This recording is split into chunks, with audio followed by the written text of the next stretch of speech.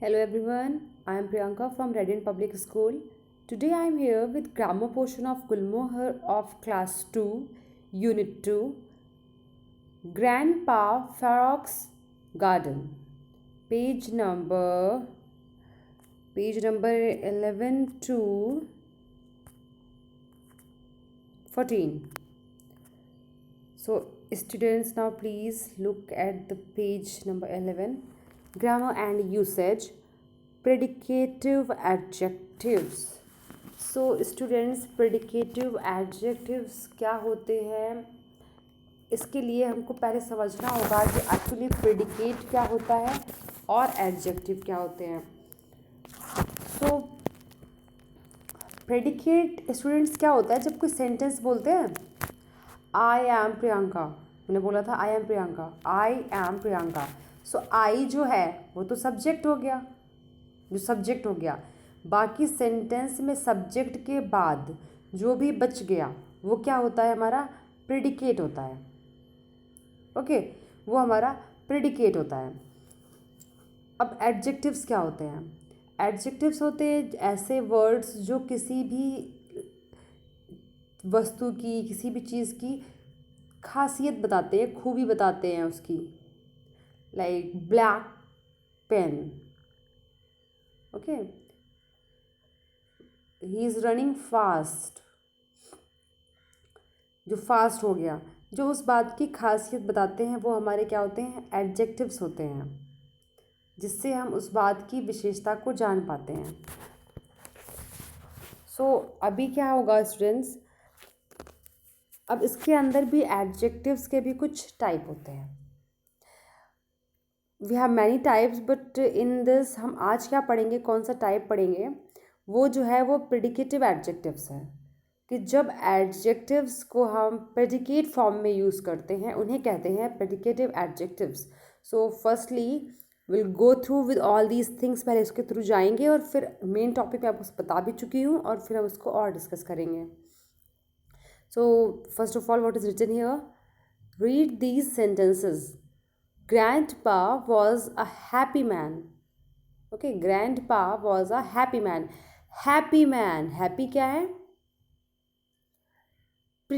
Happy जो है वो क्या है, एडजेक्टिव है. Okay, then grandpa was happy. Grandpa क्या है, खुश हैं. सो ये जो हुआ आपका, you have notice the sentence, क्या लिखा हुआ है. देन एडजेक्टिव्स क्या होते हैं, जो बेसिकली नाउन के पहले आते हैं, नाउन के पहले आते हैं. नाउन आप समझ सकते हो, जैसे मैन है, बॉय है. अब आप इसमें पहला सेंटेंस देखिए, पहले सेंटेंस में था grandpa was a happy man. तो मैन जो है वो भी नाउन है, वो नाउन है. ओके, तो मैन के पहले क्या आ गया, हैप्पी. तो मैन नाउन के पहले आ गया हैप्पी. हैप्पी क्या है, एडजेक्टिव है. तो जनरली पीपल यही होता है कि हम नाउन के पहले एडजेक्टिव को लगा देते हैं.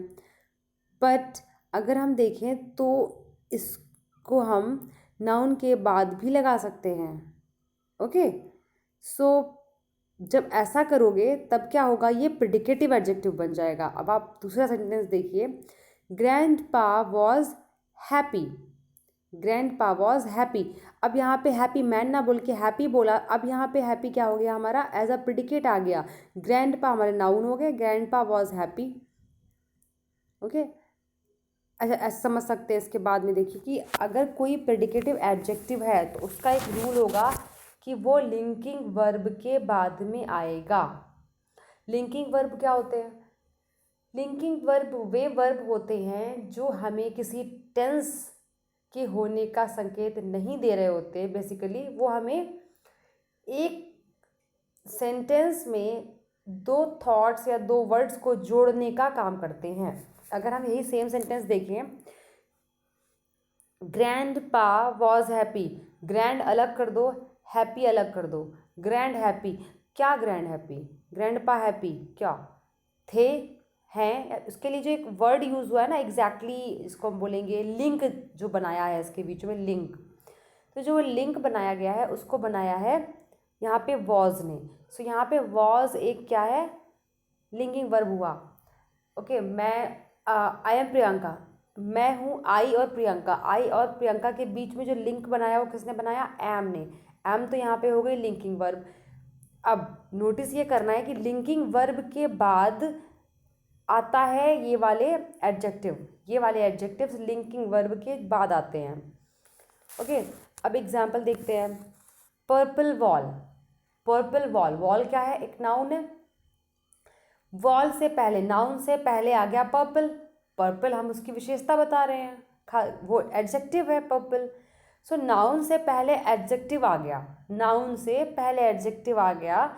सो ये प्रेडिकेट नहीं है, ये प्रेडिकेट नहीं है, इसको हम प्रेडिकेट एडजेक्टिव या प्रेडिकेटिव एडजेक्टिव नहीं बोलेंगे।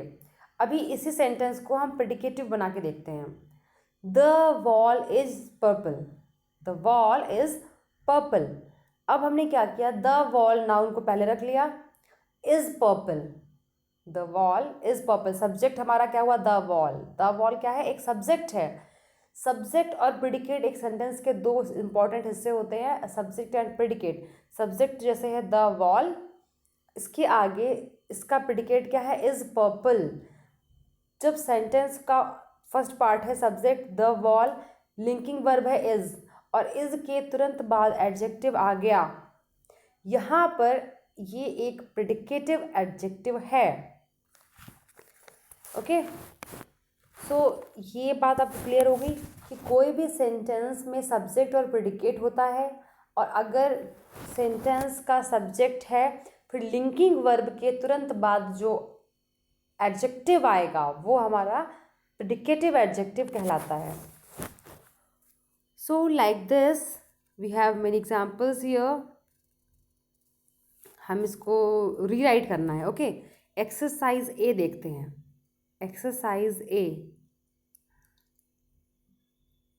एक्सरसाइज ए में देखेंगे कि rewrite the sentences as shown. हमें दिख भी रहा है कि फर्स्ट देखिए क्या कह रहा है, he is a tall boy. Tall boy sentence का आप भाव देखें तो वही है, सेंस वही रहेगा। ही is a tall boy, he is a tall boy में बॉय एक नाउन है और नाउन के पहले एडजेक्टिव यूज़ हो गया है, इसलिए ये प्रेडिकेटिव नहीं है। इसके अगर हम प्रेडिकेटिव बना रहे हैं तो क्या करेंगे, सिंपल है, he is a tall boy की जगह हम क्या कहते हैं, the boy is tall. The boy हमारा सब्जेक्ट हो गया और उसके बाद हमने लिंकिंग वर्ब यूज़ की है, उसके जस्ट बाद तुरंत बाद हमने एडजेक्टिव लगा दिया।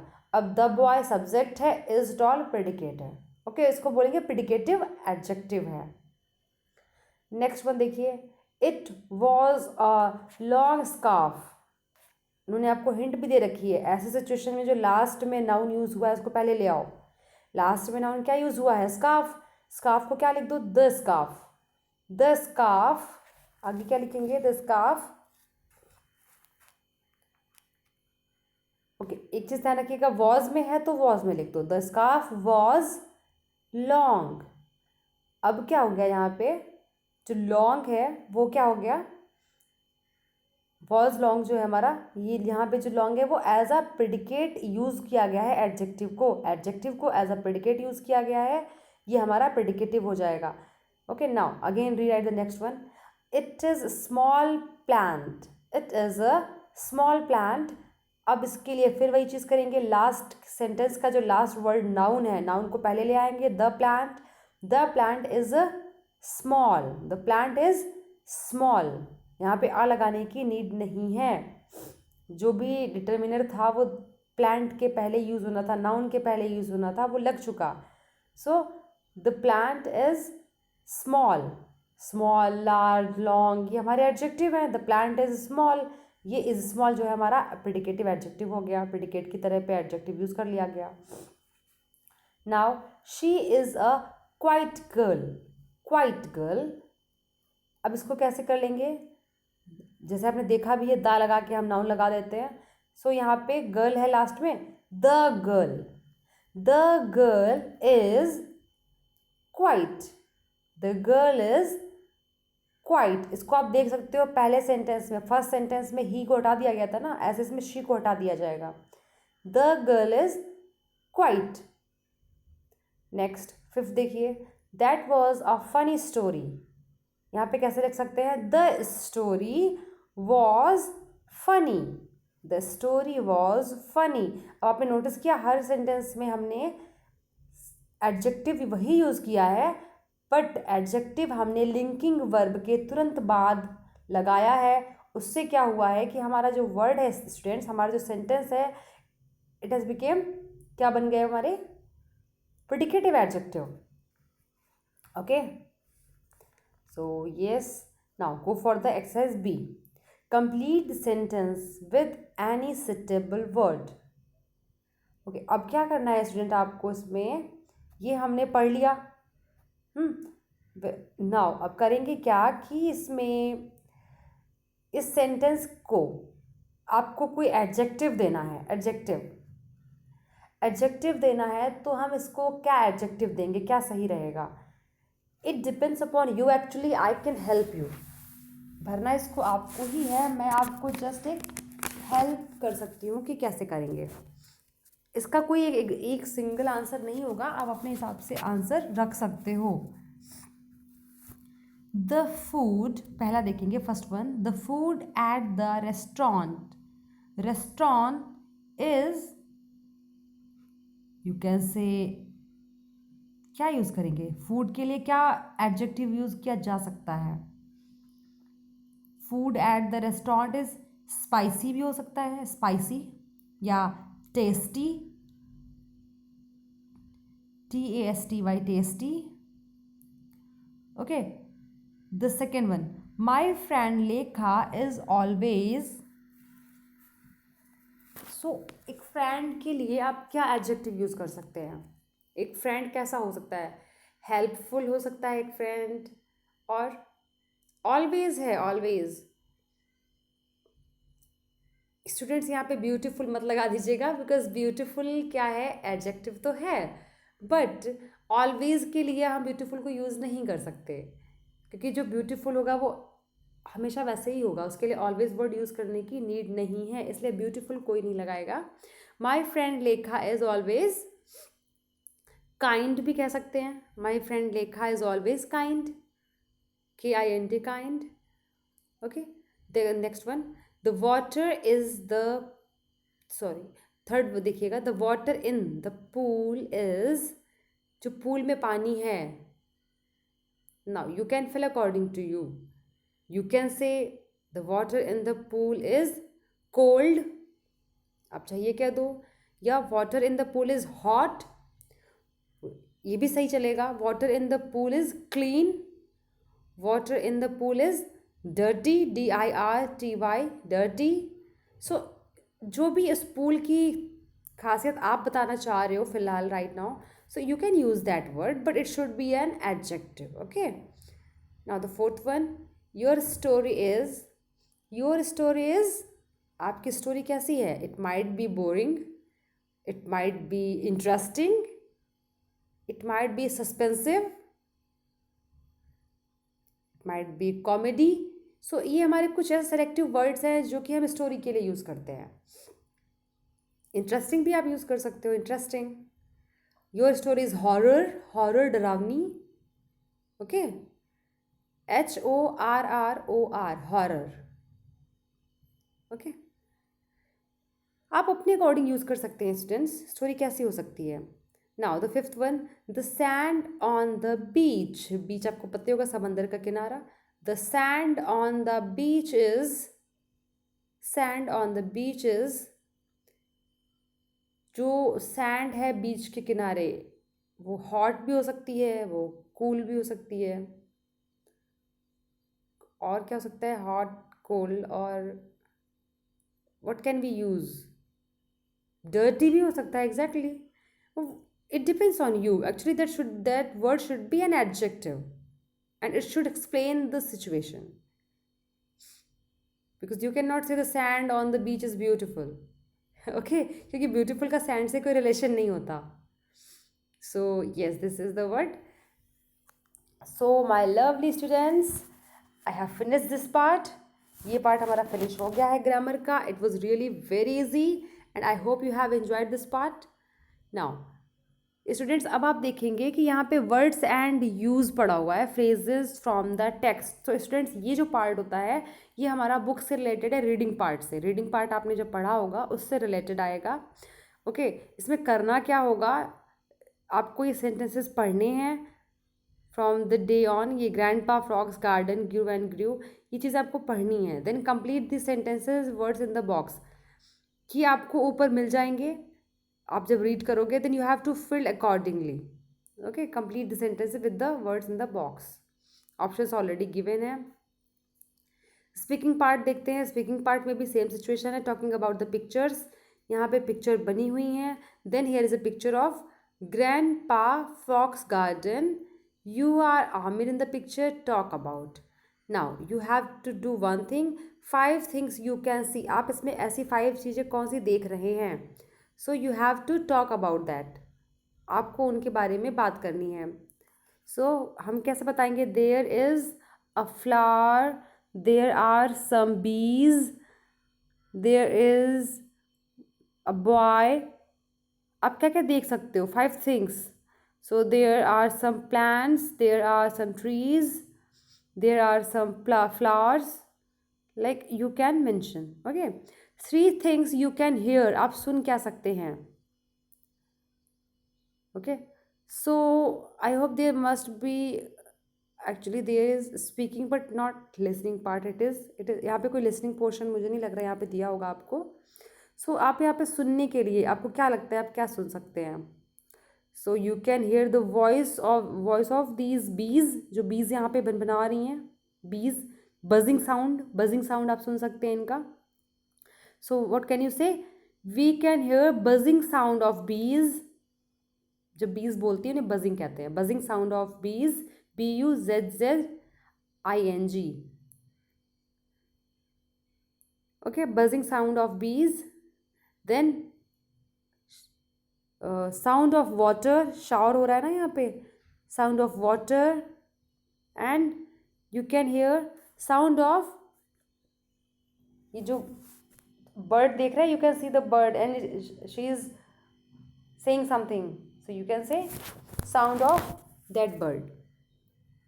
Okay one thing you can smell. आप इसमें से क्या स्मेल कर सकते हैं. सो वी कैन स्मेल और आई कैन स्मेल फ्लावर्स. यहाँ पे स्मेल किस में आएगी. फ्लावर्स में जो आपको दिखाई दे रहा है. Okay so this is the thing for what ever from this picture जो भी आपने देखा है. नाउ एक्चुअली स्टूडेंट्स जो मैंने बोला है इस सेंटेंसेस को आपको भी बोलने हैं, भले ही आप उन्हें पॉज कर करके बोलें. Only then can work. Speaking part तभी आपका वर्क करेगा. राइटिंग में आ जाएंगे तो राइटिंग हमेशा बेटा आपका जो आपने ऊपर पढ़ा है उसी के अकॉर्डिंग होता है. रीडिंग पार्ट में जो आपने पढ़ा होगा ये सेंटेंसेस कुछ दिए हुए हैं. All these sentences are totally related with that part. उस लेसन से रिलेटेड है. सीक्वेंसिंग करनी है, कौन पहले आएगा कौन बाद में आएगा. सो नंबर 1 पे कौन सा सेंटेंस आएगा you have to mention. Number 10 पे कौन सा आएगा you have to mention there. और बाकी में भी आपको नंबरिंग करनी है. ओके